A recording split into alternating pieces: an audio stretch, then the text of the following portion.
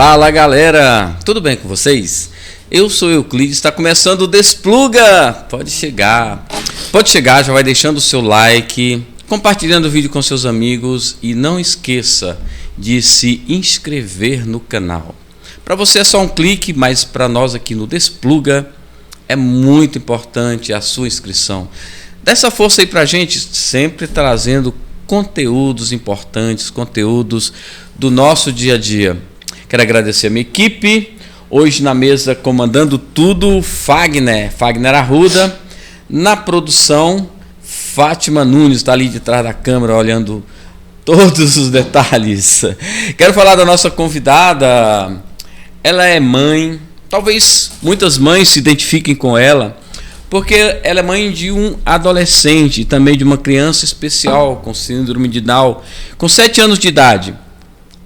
Hoje vamos saber um pouco da rotina dessa super mãe, Graziela Cardoso. Seja bem-vinda ao Despluga, tudo bem com você? Olá pessoal, tudo bem? Graças a Deus, é um prazer estar aqui com vocês esta tarde.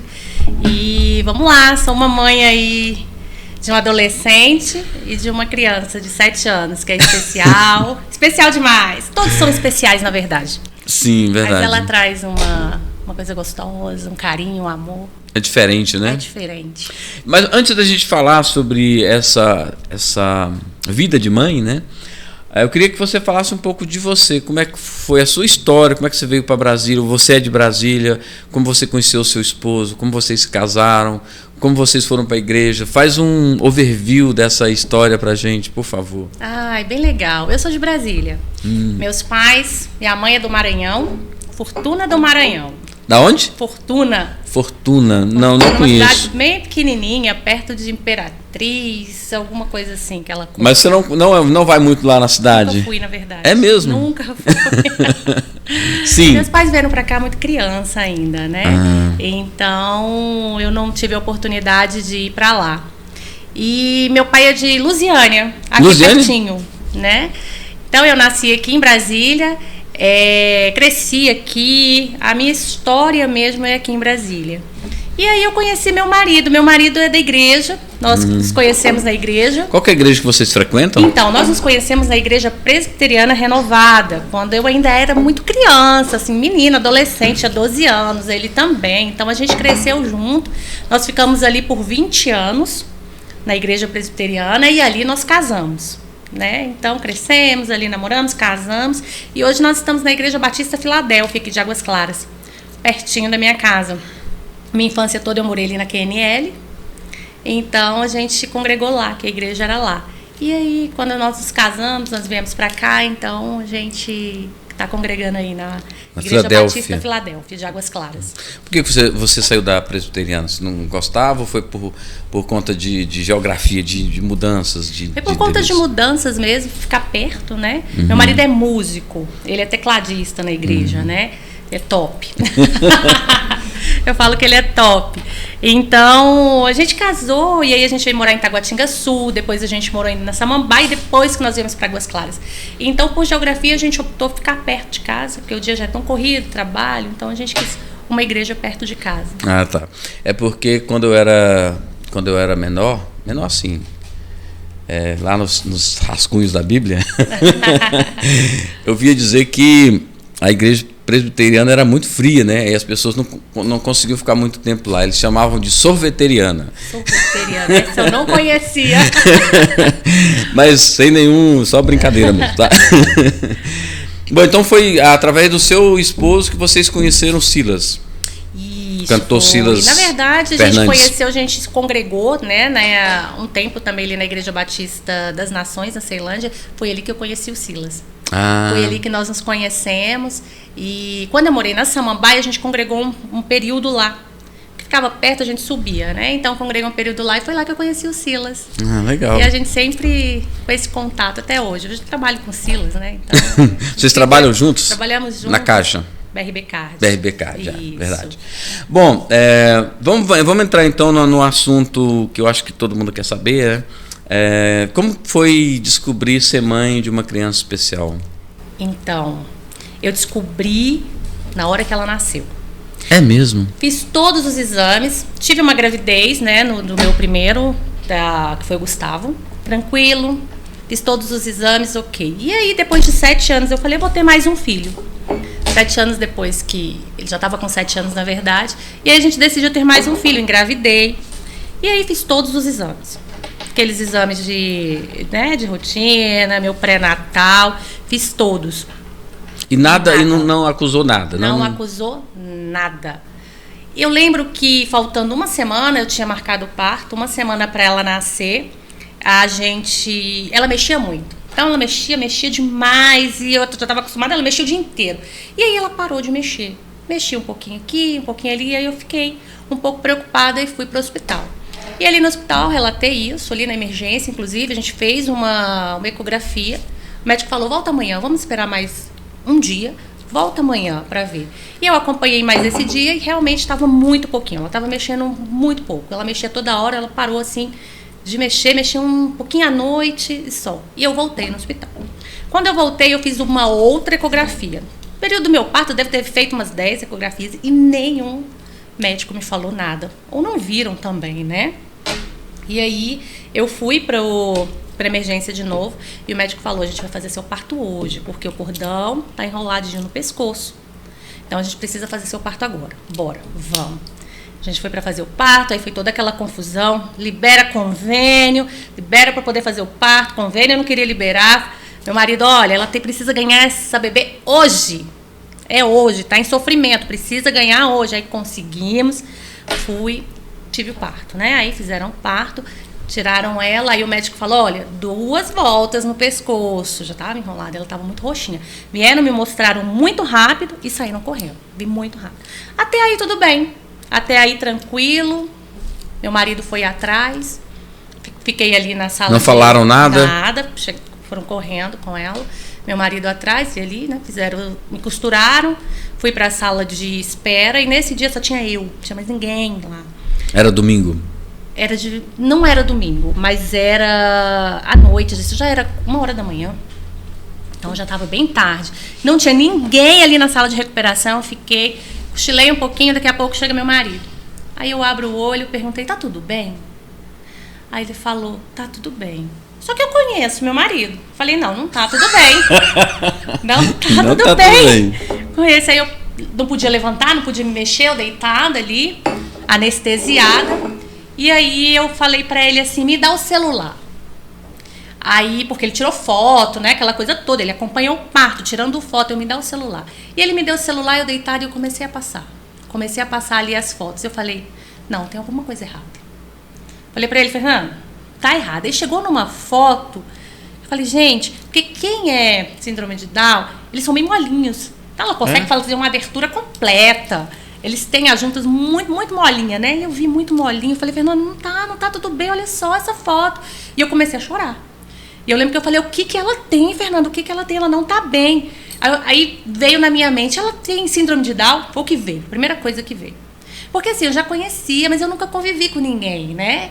Que tivesse. Então, assim, a gente conhece de ver nos programas de televisão, de encontrar na rua, mas assim, eu nunca tinha convivido. Foi o que veio na minha cabeça.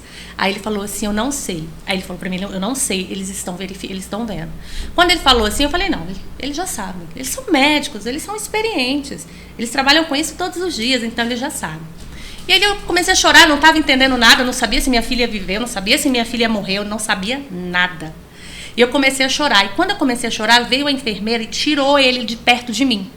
O seu marido? Mandou ele sair. Eu fiquei sozinha, de 1 e pouco a 4 horas da manhã, esperando a anestesia passar para eu poder ir para o quarto, sem nenhuma informação. Caramba. Sem poder me mexer, porque eu estava anestesiada. Então, daqui para baixo eu estava anestesiada, eu não podia nem levantar, porque eu tomei a hack, a gente não pode levantar, a gente não pode se mexer. Agora você imagina, eu fiquei de 1 e pouco, quase 2, até 4 horas da manhã sem saber de nada, minuto por minuto passando. E eu olhei acordada naquela aflição e eu só orava ao Senhor. Falei, Senhor, o que está acontecendo? Não via um médico, não via ninguém? Não veio ninguém. Passava uma enfermeira assim, me olhava, mas não falava nada. Não falava nada. Eu falei, meu Deus, o que está acontecendo? Começava a orar e chorar. Falei, Senhor, me ajuda, me dá força. Quando deu 4 horas da manhã, a enfermeira veio, já tinha voltado, né, os meus movimentos, então ela me colocou na maca e nós fomos pro quarto. Chegando no quarto, meu marido estava lá, e a gente chorando muito, não sabia o que estava acontecendo. Eu lembro que chegou uma enfermeira e falou para mim, não, sua filha vai vir pro quarto. Falei, vai não, é mentira, ela não tá bem, vocês estão me enganando. Aí ela saiu, e aí amanheceu o dia, aí veio minha médica, a que me acompanhou durante todo o meu parto, falou, Gra, me dá os seus exames todos, eu quero ver. E eu tinha levado todos já. E aí levei, ela olhou, mas não deu nada. Ecografia nenhuma deu nada, tudo normal. As ecografias todas, tudo normal. Falei, Jesus não quis me contar antes. Ainda brinquei com ela. E aí eu lembro que eu levantei, minha filha estava na UTIM, na UTIzinha. E aí eu levantei, quando eu pude levantar, tomei um banho, desci. Porque eu estava no quarto, desci, a UTI era lá embaixo, e fui ver minha filha. E é engraçado que eu acho que é instinto de mãe. Acho que mãe tem disso, as mães me entendem, eu acho que nesse momento. Na hora que eu olhei para minha filha, ela estava ali na incubadorazinha, ela estava ali, na hora que eu olhei, eu falei, não, ela tem síndrome de Down. E aí, nem o médico tinha falado ainda? Aí, os médicos ainda não tinham confirmado, porque tem um exame que a gente faz. Primeiro tem um exame. Isso, né? Mas eles já sabiam. Mas eles não queriam, assim, confirmar. E a gente fez esse exame. Porque depois que confirma, oficializa, né? Oficializam, exatamente.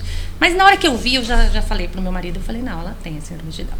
E aí eu peguei, ela ficou lá, porque como ela nasceu com o cordãozinho enrolado, estava muito cansadinha, então ela teve que ficar lá, mas aí eu consegui depois pegar, tentar amamentar, mas eu já sabia que ela tinha. Fizemos o exame e o exame confirmou que ela tinha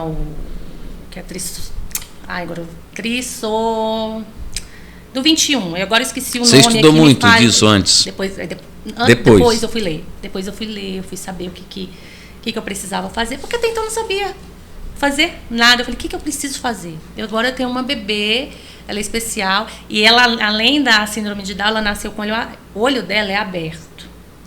Ela não fechava o olho para dormir. Então ela dormia com o olho assim, aberto. E aí, como ela era muito espertinha, os médicos falavam, ela pegava essa bola do olho e jogava. Então aqui ficava branco, para proteger. E ela nasceu, e eu também não sabia o que era isso. Muito complicado.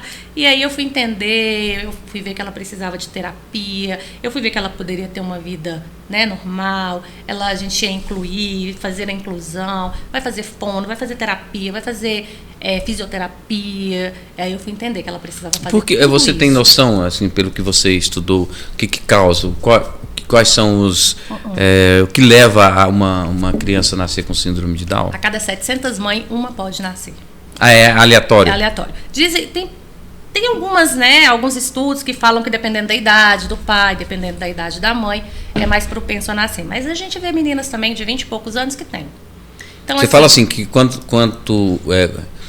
o casal mais idoso é mais perigoso? É mais perigoso, isso. É mais propenso a ter síndrome de Down. Mas também a gente vê meninas de 20 e poucos anos, 30 anos... que tem também. Então, assim, o que eu estudei, o que eu fiquei sabendo é que a cada 700 partos, pode vir com síndrome de Down. E aí, como que você trabalhou essa questão dos medos, da insegurança? Quando ela nasceu, você, e agora? Né? Você falou, agora tem uma criança especial para cuidar. Um outro modo de vida. Talvez você...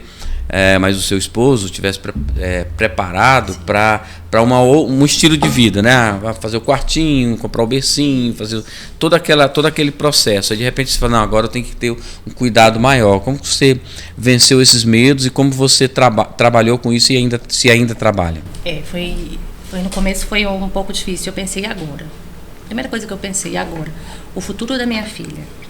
Se eu faltar, se o pai dela faltar, se minha mãe não estiver aqui, se minha sogra não estiver aqui, quem vai cuidar da Mariana? Então, esse medo do futuro, como é que vai ser o futuro dela? Ela vai estudar? Ela vai ter uma carreira? Ela vai se casar? Ela pode ter filhos? Então, tudo isso veio no turbilhão na minha mente, naqueles momentos, naqueles meses, assim, sabe? E foi muito difícil, né? Para o meu marido ainda mais. E então foi bem complicado essa questão dos medos. E aí eu fui trabalhando com eles. Eu falei, bom, vamos lá. O Senhor me deu, o Senhor vai me dar condições de criar. e eu vou aprender. E hoje, para mim, é muito mais tranquilo. Então, eu estava até, antes de começar, eu estava comentando que hoje ela é muito amada. Então, assim, onde ela vai, se ela tivesse aqui, ela já tinha beijado você, ela já tinha dado oi aqui pra cá, oi, gente, ela já tinha feito... Nossa, ela é muito carinhosa. Então, hoje, pra mim, é mais fácil, mas no começo foi muito difícil. O medo do A fé ajudou essa questão de você ser da igreja? Ajuda muito? Ajuda muito, porque eu falei, Senhor, o Senhor me deu. Muito obrigada, é um presente. Eu recebo como um presente. Às vezes as pessoas podem falar, sei lá, tá pagando alguma coisa. Não, é um presente. Por que as pessoas têm essa mania de achar que tudo é castigo? Tudo é castigo. Mas tem. Se fosse assim era bom, mas que tinha muita gente aí que merece um castigão. Né? Mas tem de tudo. Mas não, assim, hoje é um presente. Ela começou as terapias, e aí ela começou muito bebezinha. Fazendo fisioterapia, fazendo terapia ocupacional, a gente colocou ela na fono. Então, assim, desde pequenininha ela vem fazendo todo um processo de terapia. Deu uma parada por conta da pandemia, mas assim, a gente vem trabalhando isso com ela, né? Então, hoje ela é muito alegre, ela é muito comunicativa. Agora, o probleminha do olho dela é o que mais me preocupa. Por quê? Ela, por ficar aberto o olho, não fechar, muito raro isso de acontecer, a gente foi para uma outra etapa, entender o que era. E aí muitos médicos patinaram um pouquinho com relação a isso, porque era novidade. Né? Não tinham visto, talvez ainda em Brasília são poucos casos que tem. Então com isso começou a ressecar. Mesmo a gente passando colírio todos os dias, começou a ressecar. Começou a criar úlceras. Então hoje tem um branquinho no olho dela que atrapalha muito a visão. Ela fez um enxerto de pele, a gente foi para Goiânia, e ela teve que fazer um enxerto, né? Tirou a carnezinha aqui de trás da orelha, aqui da frente, para poder colocar aqui e aqui, para ela poder fechar o olhinho. Resolveu. Hoje ela já fecha? Não, ela fecha, mas ainda não é 100%. Ainda fica um pouquinho aberta. É colírio todos os dias. Todos os dias é colírio. No olhinho de manhã, de tarde, de noite. Quando está um pouquinho irritado, é de hora em hora. Então, assim, é todo dia. E ela não enxerga 100%. De um olho ela tem uma pouca visão. E do outro ela enxerga, mas foi também por causa do ressecamento, né? Do ressecamento. Aí nós fizemos um transplante de córnea. Ela fez um transplante de córnea em um olho, mas deu rejeição, não deu certo. E agora a gente vai entrar na fila para fazer novamente esse transplante no mesmo olho. No outro, que ela enxerga mais um pouquinho, a gente não vai mexer. A gente vai mexer nesse que já foi essa questão de fechar o olho tem como resolver com mais enxerto e fazendo as cirurgias? Não, por enquanto a gente não vai mexer com enxerto. A ideia é que ela cresça e a gente tente, e a gente estimula, faz o estímulo para ela fechar. Às vezes ela dorme com tampão, para poder ajudar nessa questão de fechar o olhinho. Nós procuramos um médico em Israel. No caso, esse médico, a gente descobrindo, pesquisando, ele teve o mesmo caso da mesma coisa que aconteceu com a Mariana, só que ele operou bebê. Se tivesse operado bebê, ela talvez teria se recuperado melhor. Mas agora, depois de grande, assim, já está com 7 anos, talvez a gente não consiga. Então, a gente procurou muitos médicos, os melhores, assim, que a gente pôde, Mas ela vai fazer um transplante agora de córnea novamente, a gente está aguardando, né? Vai fazer um exame agora dia 25 e a gente vai... Como foi a reação do seu esposo lá no hospital e depois? Ele quase caiu. Ele quase desmaiou. Ele falou que perdeu as pernas. É mesmo? Na hora. Porque ele não sabia o que era. Ele não sabia o que era. Ele sabia que estava alguma coisa errada, porque vieram muitos médicos em cima. Então, assim, ele não sabia o que estava acontecendo. Ele falou para mim que viu uma cadeira e ele só sentou. Porque ele achou que ele ia cair ali na hora. Ele só sentou e deixou os médicos fazerem ali o trabalho. Foi muito difícil. Não foi fácil para ele. Isso ajudou vocês a serem mais unidos? Sim, trouxe uma união. Te contar um testemunho que eu acho muito legal. Nós estávamos no encontro de casal, Caldas Novas, e nós levamos ela. Porque ela é bem pequenininha, né? Então, nós não íamos deixar. Nós levamos ela. E aí, tinha um casal nesse encontro que não estavam tão bem. E ela é muito dada. Ela chega... quero o seu colo. E era muito pequenininha, quero colo, quero colo. E aí eu me lembro que eu sentei do lado desse casal e aí ela foi pro colo dele. E ali eles não estavam bem, né? Esse casal, ele foi pro colo dele. Daqui a pouco ele pula pro colo dela. E daqui a pouco ela abraça os dois, assim. E junta os dois. Foi uma coisa muito linda. E aí eu falei, deixa Deus trabalhar, deixa Deus... E depois ele veio chorando, falar para mim do abraço dela, que como o abraço confortou a vida dele, que ele sentiu como se fosse o Espírito Santo de Deus abraçando ele ali naquela hora. Foi muito lindo, né? Então a gente vê que em tudo tem um propósito. Em tudo Deus tem um propósito. Então, assim, a vida dela tem um propósito aqui nessa terra. Então, assim, ela veio mesmo para unir, ela veio mesmo para alegrar. Ela nos alegra o dia inteiro, a gente ri com ela o dia inteiro, a gente aprende com ela o dia inteiro. Ela é muito amada onde ela vai. Na escolinha que ela vai, por exemplo, o dia que ela falta, os alunos sentem falta. Isso foi um medo que eu tive também. Eu falei, será que ela vai ser discriminada? Será que ela vai ser... vão deixar de lado? Muito pelo contrário. Você colocou ela numa escola para especiais ou escola normal? É uma escola normal, uma escola pública, uma escola normal, com crianças normais. Então, assim, normais assim, né? Que eu falo que não tem nenhum problema. Na salinha dela do ano passado, tinham 2. Ela com síndrome de Down e tinha uma criança com autismo. E o restante, né? E a sala é reduzida, com 14 alunos. Ela tem uma monitora exclusiva para ela. O outro menininho tinha um monitor exclusivo para ele. Então, assim, é muito bonito ver as crianças abraçando eles assim dessa forma que eu não esperava. Como é que a família reagiu? A sua família, a família do seu esposo, os mais próximos, né? No primeiro momento vem aquele susto, né? Aquela tristeza, né? Mas depois a gente vai descobrindo, cada descoberta dela pra gente é tão fantástico, é tão emocionante, que hoje ela é o xodó da família. Eu chego lá na casa da minha mãe, cadê Mariana? Falei, não, mãe, só veio eu. Ah, tá bom, então. ela é queridíssima, a família ama, a igreja ama, a escola ama.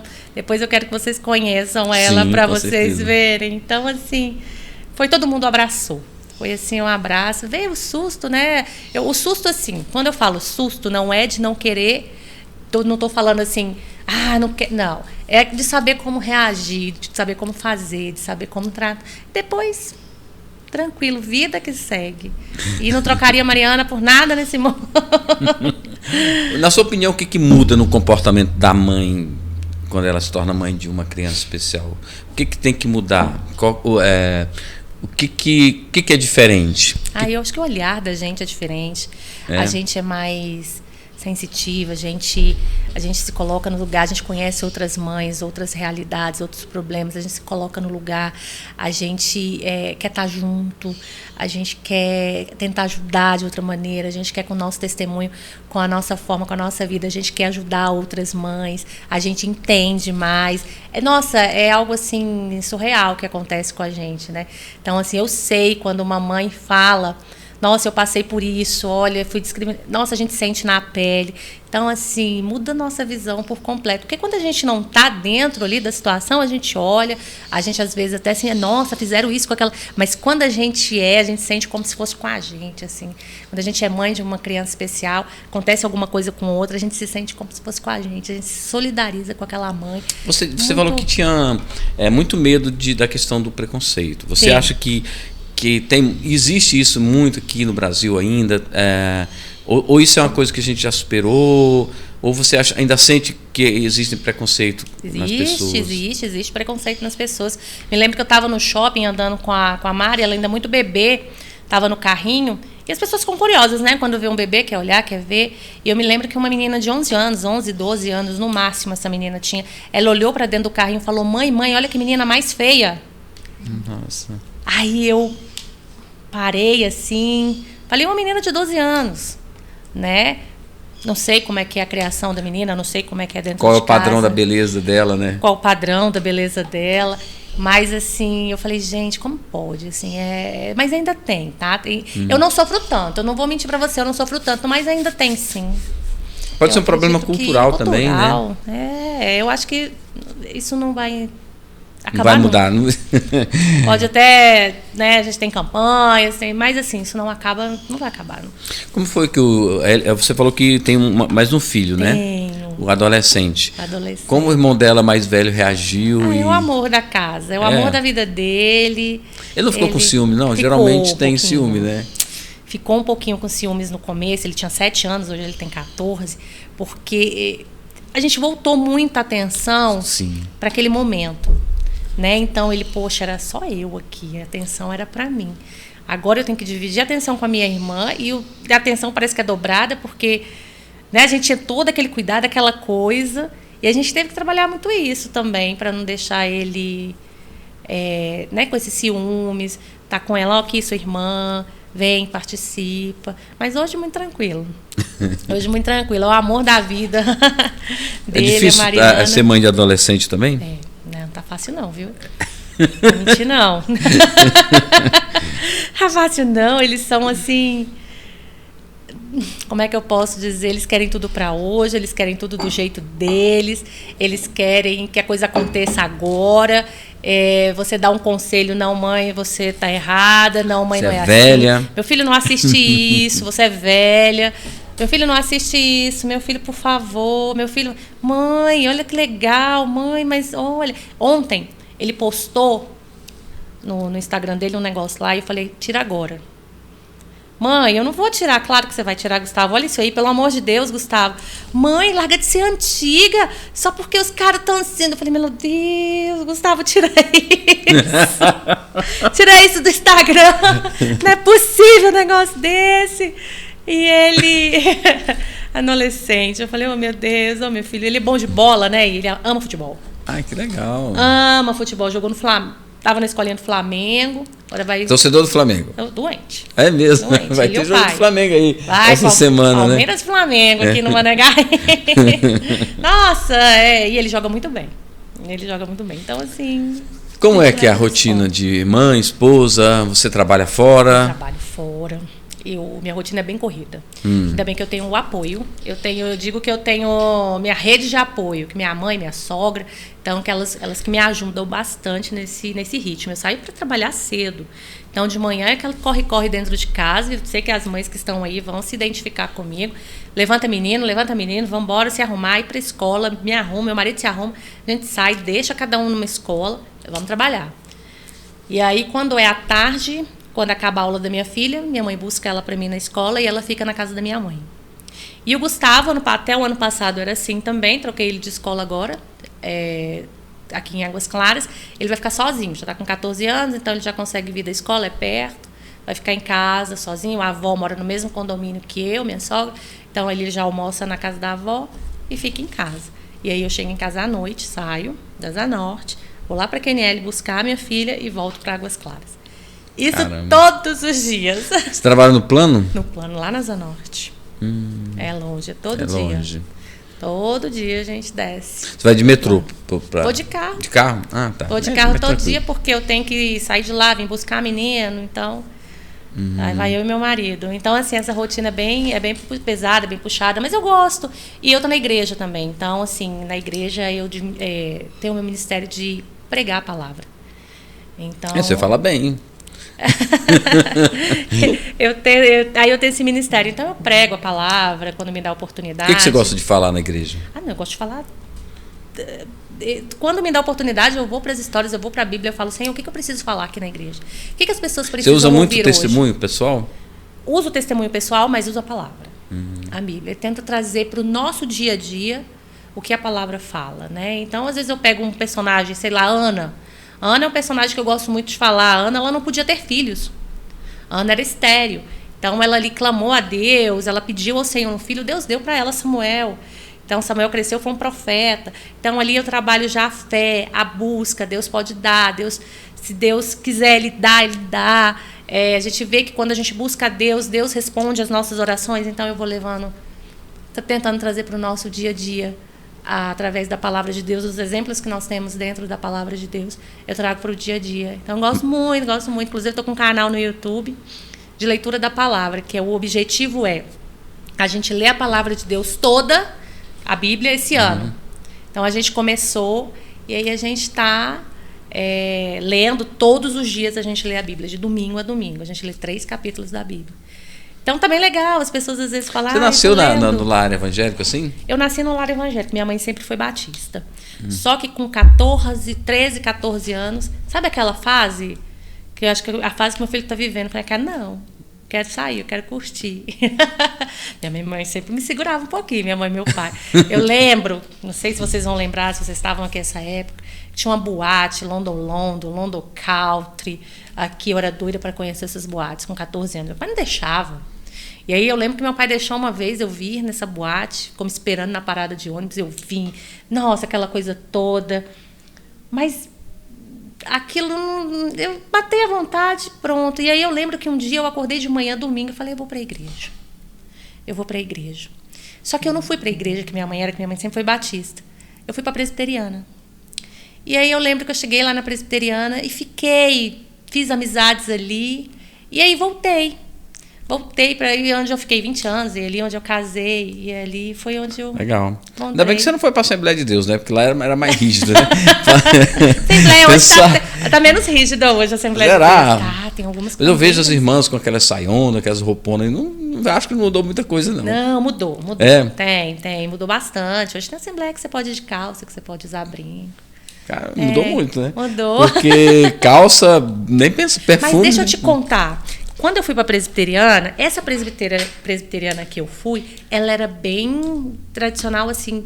Ela era de se vestir saião, era de cabelo grande, não podia usar brinco, não podia maquiagem. Era uma igreja muito avivada, aquelas igrejas avivadas. Então, esse negócio de ser fria é só conversa? Não, mas tem uma mais... linhas, né? Isso, tem linhas. E essa que eu fui, não, parecia uma assembleia.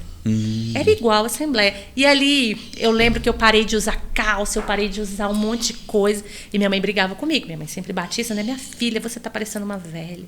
Minha filha, tira essa saia. Minha filha, veste uma calça. Eu ia pra educação física, eu vestia a saia e colocava um short por debaixo. Eu passei por isso. E aí depois a gente vê que não é nada disso, né? Mas enfim. Antigamente, o pessoal fica falando que às vezes eu pego muito no pé da Assembleia de Deus. Já entrevistei aqui da Assembleia Evangélica, né? A Lídia de Assis. O Silas também é evangélico. Tem o pastor Arlen, né? Os pastores, né? Quem mais? E algumas outras pessoas aí. Tem o Valdir, o Walter, o Valdir é teólogo. Que legal. O Walter, aquele senhor do português, como é o nome dele? Professor me ajuda. Paulo Correia. O professor Paulo Correia, ele diz que ele deixou de acreditar em Deus, né? Assim, a pergunta era assim: o estudo leva a pessoa a... Que tinha esse negócio antigamente, né? Me falavam muito isso. Se você vai estudando, você faz leitura da Bíblia, daí a pouco você começa a questionar algumas coisas, e daí a pouco você nem acredita mais naquelas coisas, né? Você nunca chegou nesse ponto de questionar essa existência de Deus, e por que, se Deus existe, por que existe tantas coisas ruins no mundo, por que existe tantas mazelas e uns vencedores e outros não vencedores? Não questiono, não. Assim, eu leio bastante a Bíblia, algumas coisas de livros. Eu tenho experiência pessoal com Deus. Então, eu tive algumas experiências pessoais com Deus. Assim, posso até contar aqui experiências de eu estar orando de madrugada. Eu estava orando de madrugada, eu estava de joelho, orando de madrugada, e a presença de um anjo veio no meu quarto e eu vi. Então, assim, eu já tive algumas experiências assim com Deus, né? Eu já tive experiência de pedir algo para o Senhor me responder na hora. E o Senhor falar, não vai por aqui. E eu fui. E eu vi a mão de Deus ali. Eu vi o meu crescimento profissional. Deus me direcionando. Então, assim, muitas coisas eu tive experiência com Deus. Eu não posso negar a existência de Deus, assim. Eu não posso questionar a existência de Deus, porque eu já tive várias experiências com Deus, sabe? Deus me direcionando. A gente realmente vive num mundo caótico, mas são escolhas. As pessoas escolhem as coisas erradas, as pessoas não querem se voltar para Deus. E às vezes a gente, né? Por que Deus... Deus não permite, as pessoas fazem, as pessoas tomam suas próprias decisões. É o livre-arbítrio. É o livre-arbítrio. Então as pessoas escolhem, né? Assim, eu posso escolher sair daqui, eu vou matar uma pessoa ali e... Não faz... Você tá entendendo? Então, assim, são escolhas, as pessoas escolhem fazer isso. Então, assim, não, eu não vou fazer... Sei lá, eu acho que as pessoas estão... Estava pensando nisso essa semana, eu falei, meu Deus, o mundo tá tão louco, o mundo tá tão doido. Estava vendo alguns casos acontecendo na televisão, eu falei, gente, o ser humano tá chegando num ponto que precisa voltar para Deus, precisa se voltar para Deus, assim. É bem Nesse momento complicado. que você teve a sua filha, você não questionou, não fez esse questionamento a Deus? Por que Deus? Por que eu? Por que isso? Por que aquilo? Não teve essa... Teve. Falei, Senhor, por quê? Para quê? O que eu preciso aprender? Por quê? O que eu preciso aprender com o Senhor a respeito do nascimento da minha filha? E aí depois eu fui entendendo, tem um propósito. Tem um propósito. Ela é amada, tem um propósito, eu vou usá-la da forma que ela é, para que as outras pessoas possam entender mais o que é o amor, o que é a união. Então, assim, teve questionamento. Falei, Senhor, me ensina, me explica, me diz o porquê, o para quê. Né? O para quê.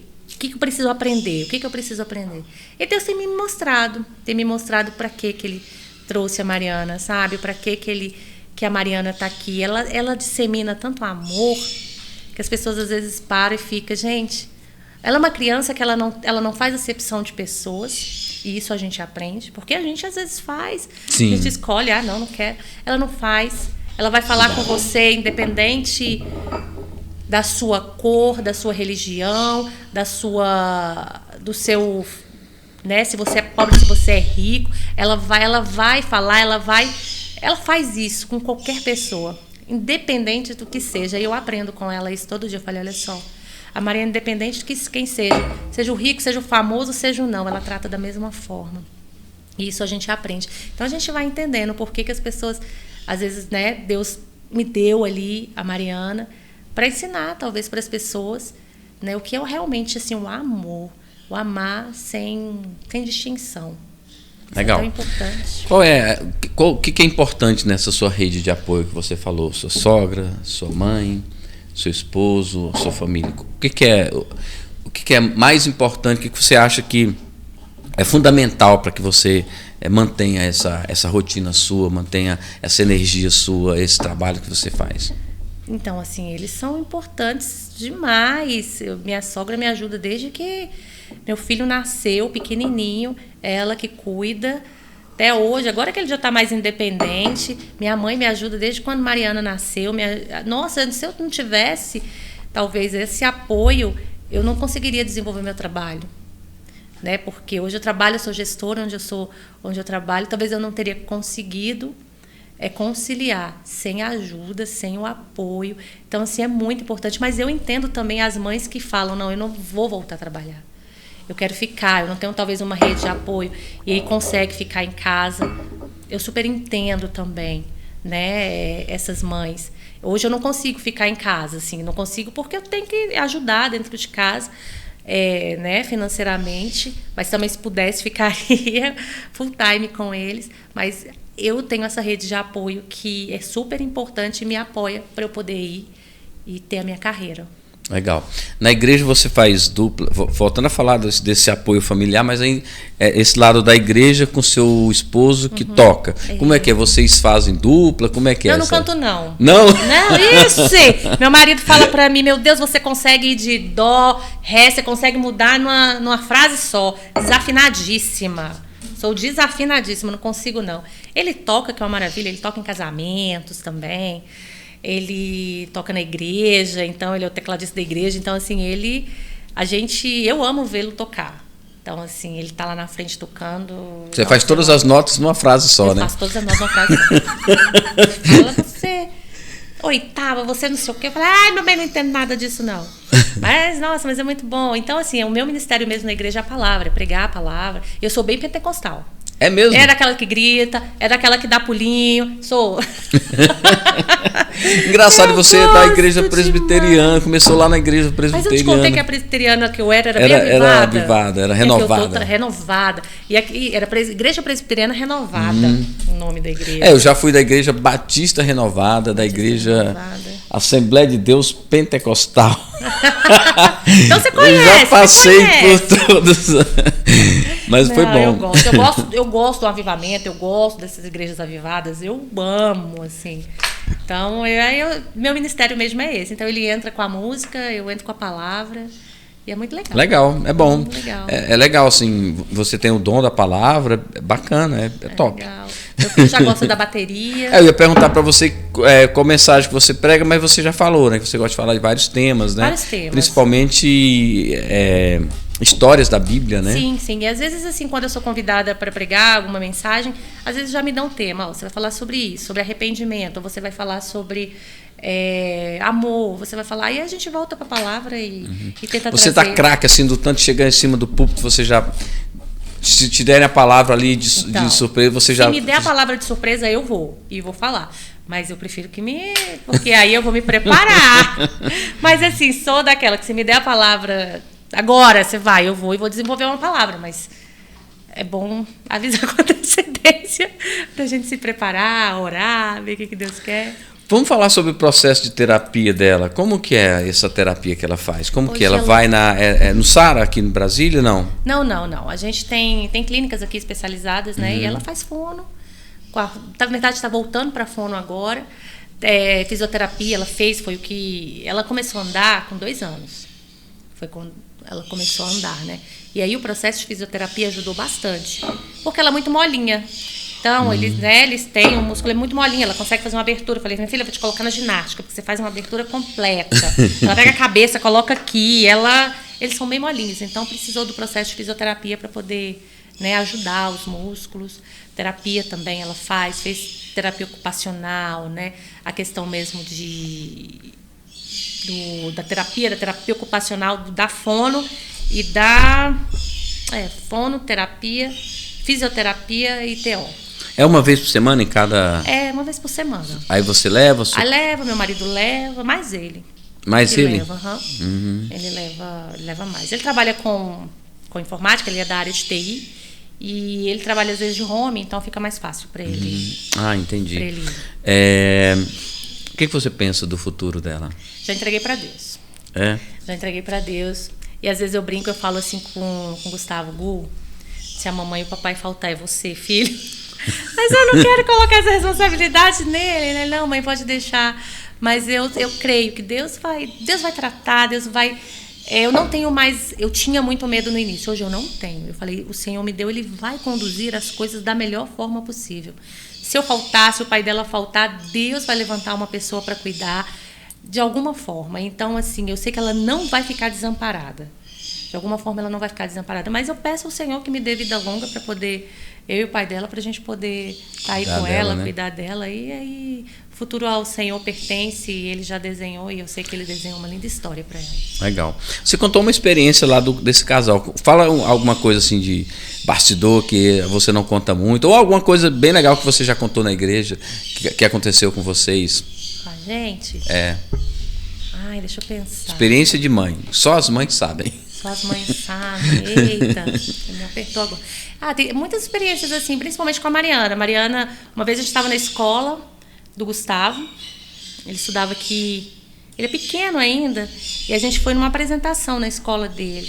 Mariana pequenininha, ele tinha 7, 8 anos, não, acho que ele já tinha uns 9 anos, na verdade.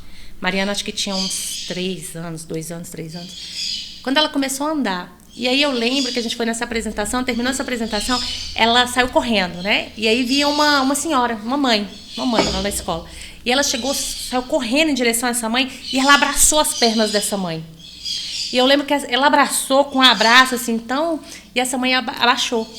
E abaixou e começou a chorar. Falou, nossa, como eu precisava desse abraço hoje. Foi muito interessante. Legal. Foi muito interessante. Eu falei, porque eu saí, Mariana, volta aqui, filha. E ela correu e foi de encontro porque a mulher é alta, né? E ela abraçou as pernas, ela pequenininha, correndo meio assim. Abraçou as pernas dela, assim. E foi muito interessante. Nossa, Mariana tem tanta coisa, assim, que ela faz. Ela adora dançar.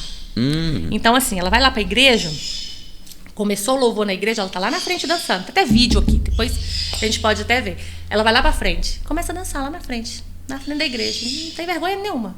Depois manda os vídeos e as fotos pra Fátima, que eu tento colocar na nossa fala aqui, enquanto a gente está falando, eu coloco na edição ali, tá? Vou te mandar. Ela vai, ela dança, tá lá na frente, ela não tem vergonha nenhuma.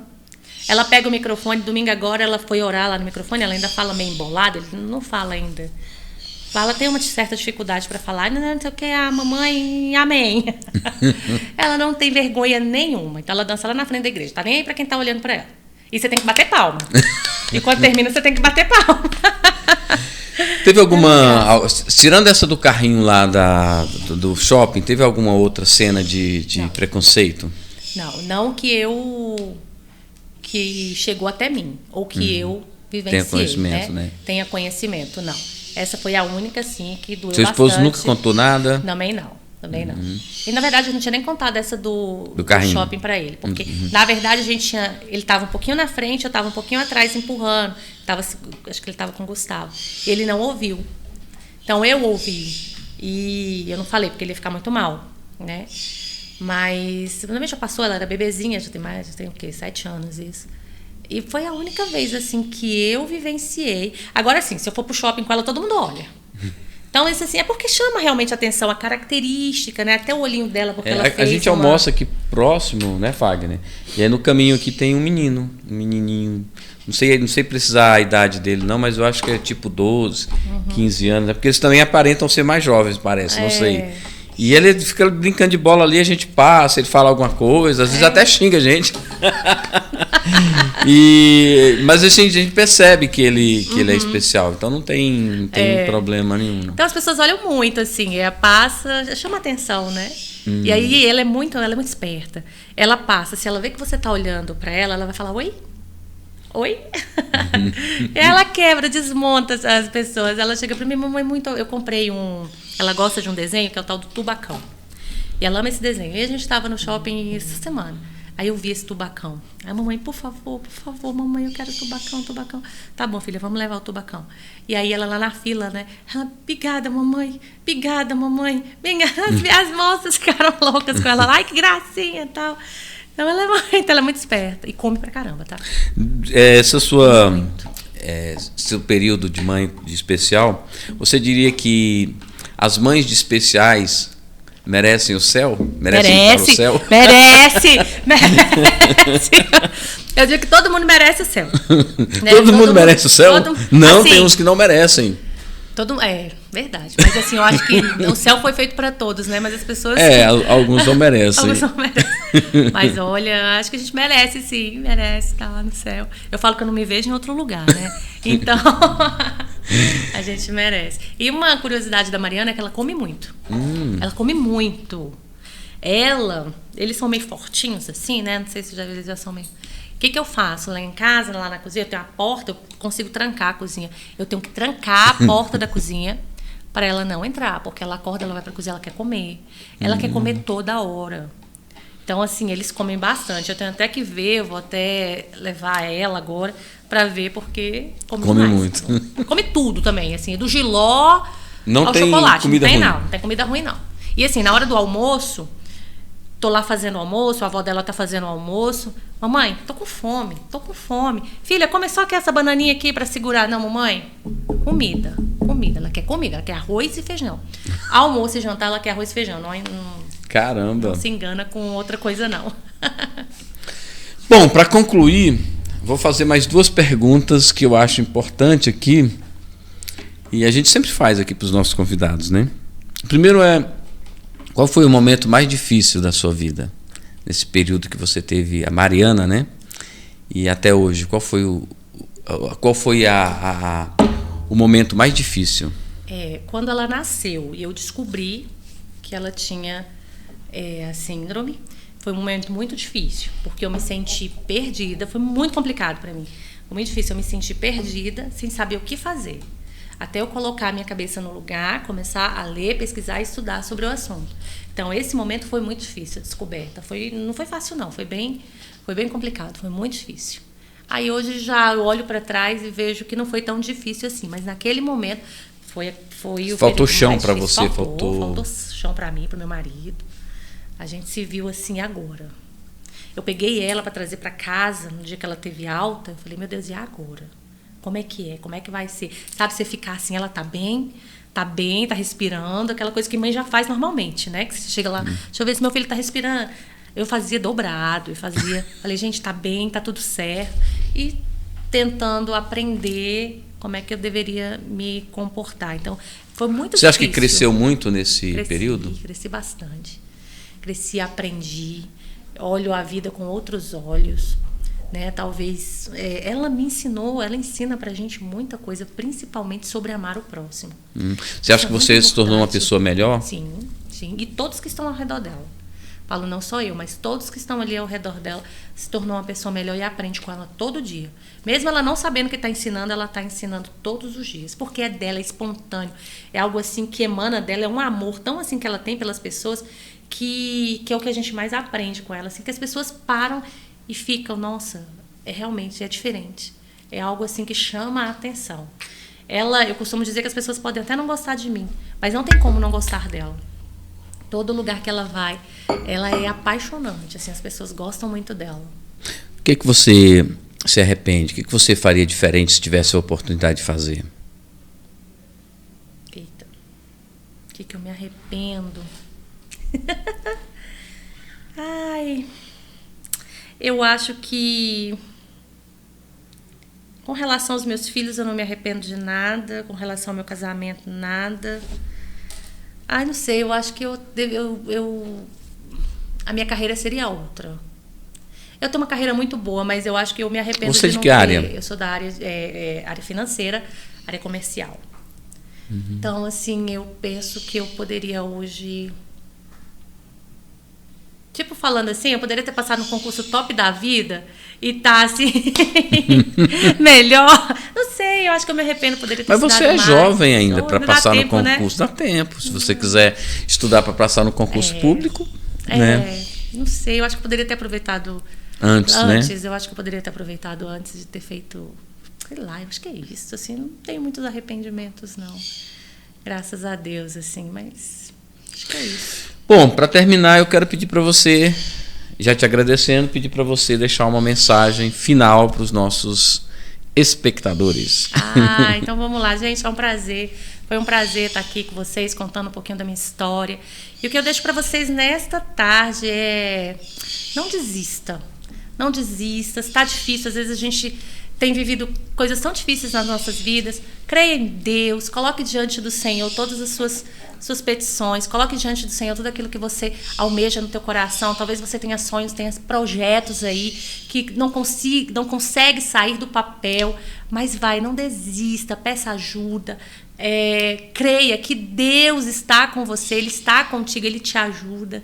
E a minha mensagem é: não desista de nada, por mais difícil que esteja. Talvez a sua situação, eu não te conheço, mas talvez esteja difícil algo, mas nunca desista da vida, nunca desista de viver. Saiba que se você é uma mãe especial também, teu filho, tua filha é um presente de Deus para tua vida.